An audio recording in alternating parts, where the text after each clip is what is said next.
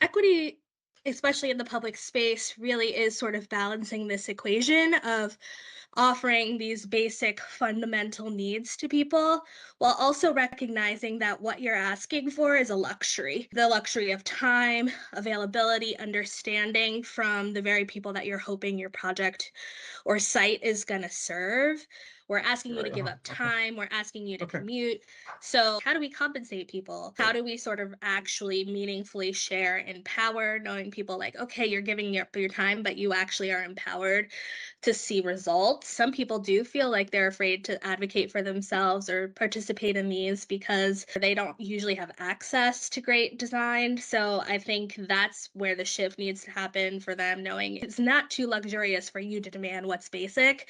And it is luxurious for us to assume you have all of this time without giving anything back. And so the math then is like, how many events and how many times do we ask you? And how many times can we ask you until we have to offer something back and show something measurable? And what is sort of the appetite or the amount of time that we have to continue moving these pieces, like on either side of the equal sign, like, until we have those spaces that really feel like civic commons and places that people can sort of gather no matter what they're coming with. It's a continual sort of math.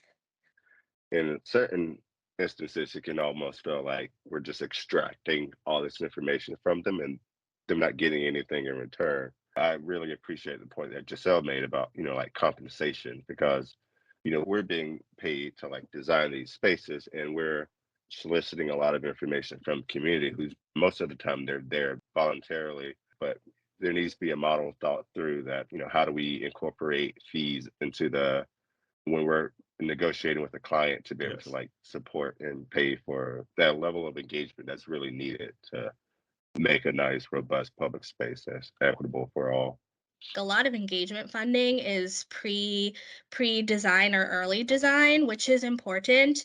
But I think there needs to be something that's happening after design is finished and the permit documents are in, and people are waiting to see something pop out of the ground. For us, we have the education to understand that, but without checking in and having that built in, that's unclear to the community. Seeing it as a maintenance cost as well and Mhm. budgeting it into your maintenance is really important without sort of having that buy-in and having people feel excited and ownership over something. It gets even more costly to maintain when they're disinterested.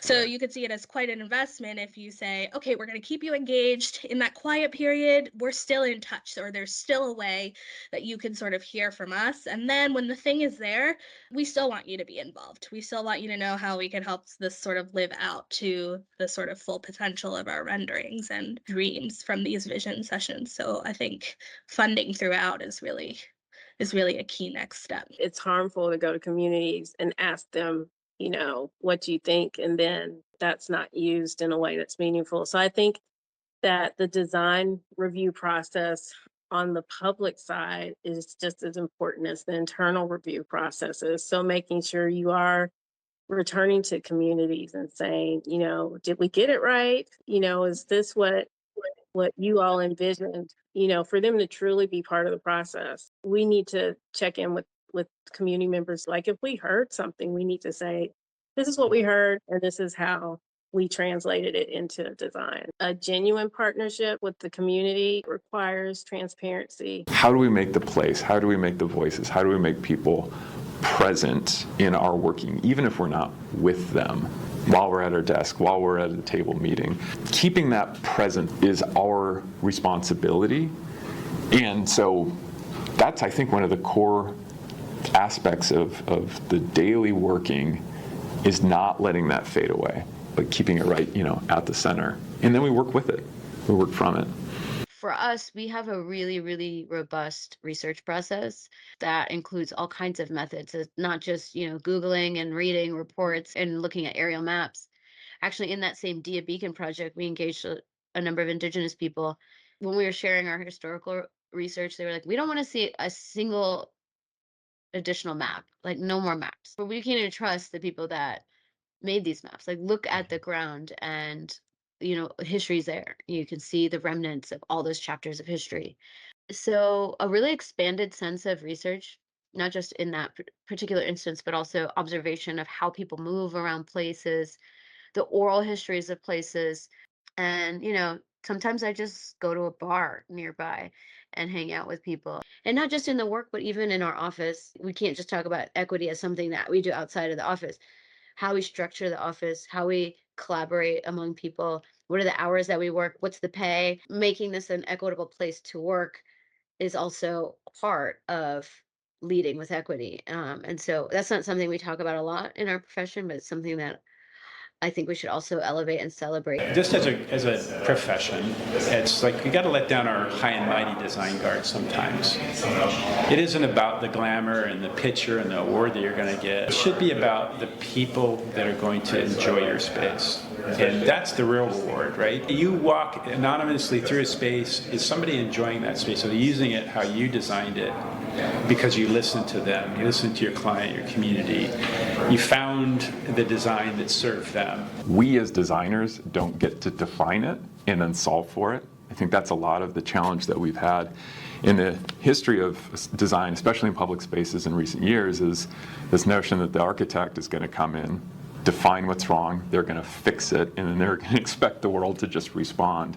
We have to think about the life of the place and not just its physical configuration, meaning relationships, histories, all of this bigger milieu of the world around us is at the core of these issues, and we have to work with that, not just, oh, it's a blank slate, we got to do the right thing next now.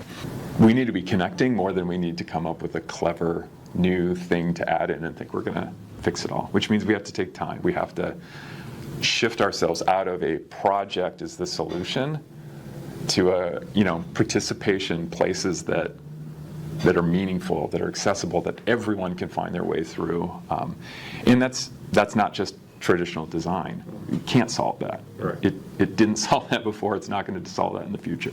Being in the private sector, I realize that I'm inheriting a tradition of design that hasn't really advocated for that aspect of design. One of the things that we advocate for a lot with, civic leaders, with philanthropists, with public officials is to invest heavily in that part of the design process. As we're, working and going through our processes, it can become like a checklist, like to the point of not being intentional. As I was doing more and more projects, I started learning, okay, it's not just about like making sure we do this. Are we really doing this in an intentional way to get the outcomes that we really want? And how do we measure that? There could be some metrics that show if you're making progress. I don't know that they're metrics to show if you have arrived or are close to arriving. And I think that they might open you up to sort of further weakening the meaning of equity when people sort of then reduce human life and experience to data and demographics. So it's tough. I think you need the numbers and grants like numbers, and those groups need access to those sorts of things.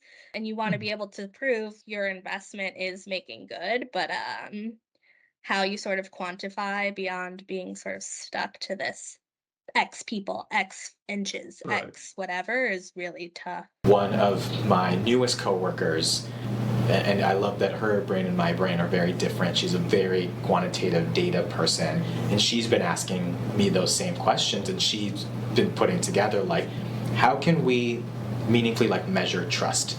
Ishmael, you say trust needs to be built. How can we tell a client trust was built here, not just from a do you feel it, but like we can see it? And so I've been really excited to be working with her to I would love to be able to show a client some metric. Yes, there's measurables, right?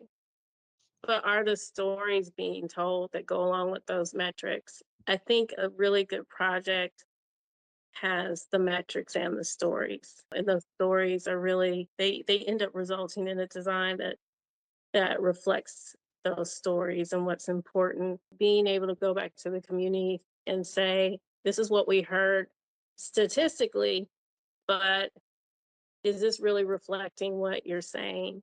And for them to say, yes, that to me, that's a successful project. And you can tap into, different modes of construction, materials, spatial design of a place that feel like rooted in the very specific history and culture of a place. And I think that level of specificity that comes from a lot of research is important so that everyone feels seen. To be working towards equity in any particular place, you have to be super dialed in more than anything to the particularities of the place. We can, through the design process, start to do activities that build on existing community relationships and connect them to that place. That starts to create memories, that starts to challenge future expectations, that starts to empower people to think differently. And now, people and place have a different relationship. That's the impact, that's the goal.